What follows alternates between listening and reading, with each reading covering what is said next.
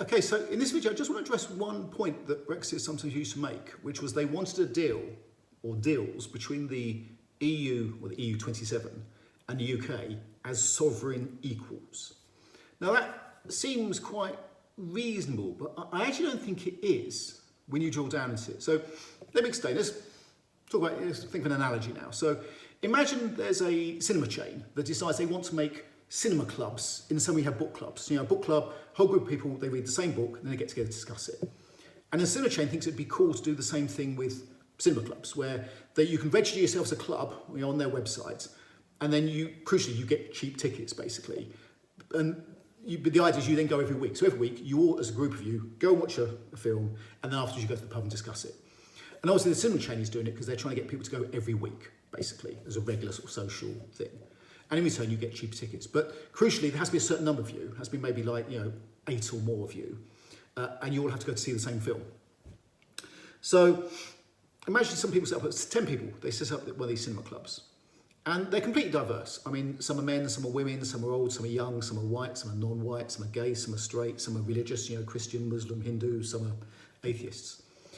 They have nothing in common except the fact that they want to be part of this club. But there's actually one bloke who's the odd one out. So 9 of them, their attitude is, we'll get together on the WhatsApp before, and a few days come out, and we'll discuss which film to see. We'll have a kind of informal discussions, not quite necessarily formal votes, but we'll come to it. And sometimes it's not going to be, the majority vote isn't going to be for the film you wanted to see. It might be your second favourite, it might be when you're not really fussed. But it doesn't matter. You'll go to watch that film because it's a social experience going with everyone else. And then you'll find a discussion interesting afterwards. Even if you hated the film, for the reasons you thought you were going to hate it, you'd be interested to find out why other people liked it. And you can maybe discuss why you're not into that sort of film. But there's one bloke there. The problem is maybe he's really just there because it's for him. He's got a very transactional view of life. He's joined the club because he wants to be able to go to the cinema every week for less money, basically, get cheaper tickets. But he cannot stand the idea that a decision might be made that is not the one that he wanted, that he nonetheless will have to go with. If he wants a cheap ticket, that is. He could go into the other cinema, but he has to pay more. So it's always a row. He's always the one on the WhatsApp group that basically is always arguing. And sometimes, frankly, they end up going to see the film that he wanted to see when it wasn't actually the majority choice, just because it's just to shut him up. But that's not enough for him, because there's still occasions where he gets outvoted. So he tries to explain to them that in his mind, this is unfair. The way it's fun to be unfair is he's never going to get to have his way. They're always going to get their way because there's 9 of them with 9 votes and there's only 1 of him with 1 vote. And his position is, how is it fair that you guys get 9 votes and I only get 1? The obvious answer is because there's 9 of them. And you can also see the trap he's thinking it's him as one faction and them are one unified faction speaking as one voice. When the only thing unites them, the only thing they're in common is they're not a twat. They're not twats. Other than that, they're completely diverse, with different interests, different preferences, whatever. But they're willing to compromise. But in his mind, there's one faction, there's them with 9 votes and him with 1, and that's not fair. So he suggests a different way of doing it. He says what should happen is the 9 of them should get together ahead of each Friday, or whenever it is they go, and they should decide what film they want to see. Then he can decide what film he wants to see. And then there'll be a meeting between him and 1 representative from them with 1 vote each, and they can vote on which film to see. Now, if they both vote for the same film, all good, they go and see that film. If they disagree, they'll alternate. So one week they'll go to see his choice, the other week they go to see their choice. Now, this is clearly manifestly unfair because he's saying that his opinion should have the same weight as their 9 opinions put together. Okay, let's get back to the EU then. So, let's imagine the Brexiteers proposal. So at the moment, before we left, the EU had various joint security stuff. And what would happen is 28 security ministers, in this case, we are Home Secretary, would get together and discuss, if they needed to do some new security stuff to cover some sort of new cybercrime or something. 28 security ministers, one of whom would be our Home Secretary, would get together in the Council of Ministers, and they'd have a vote.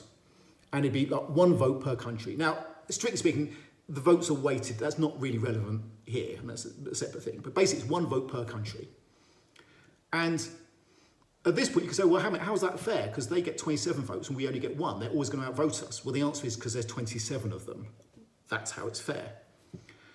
And I was inspired by this thought. It was a tweet I saw from an Irish person that said that he could never understood why the UK always said, we don't get our fair say, we don't get listened to a fair amount. Because he always thought, well, hang on a minute, of all the countries, you probably get more of a say than everyone else. You're the one who has the most time spent being listened to. Until he realised what the UK meant. The UK meant is, the UK's definition of fair say was our voice should be equal weight to the other 27 of you put together. But anyway, so the Brexiteers' suggestion was we should leave the EU, but then sort of partially rejoin back again with a whole series of treaties on various sectors between the EU 27 as it is then and UK as sovereign equals. So we could do one on security. And how it would work is, in advance of any new cooperation we needed, we'd go away and decide what we want. The Council of Ministers of the now EU 27 would meet, 27 countries, one vote each, 27 votes. They decide what they wanted. And then there'd be a committee, a joint UK-EU committee to actually institute this, under the treaty, to institute the new joint stuff. We would have 3 members, and they would have 3 members. So we'd have 3 votes, and the 27 of them would have 3 votes. And then, if we voted in favour of something, all good. But if we were deadlocked, we wanted one thing, and the 27 of them wanted something else, there'd be an arbitration mechanism to resolve who got their way. Well, why should we have the same number of votes as 27 other countries put together? And that's the problem I have with this concept of, the UK and the EU should be sovereign equals. Because we're saying not that we should be equal to any one of those countries individually, but we should be equal to those 27 countries put together. And that isn't right.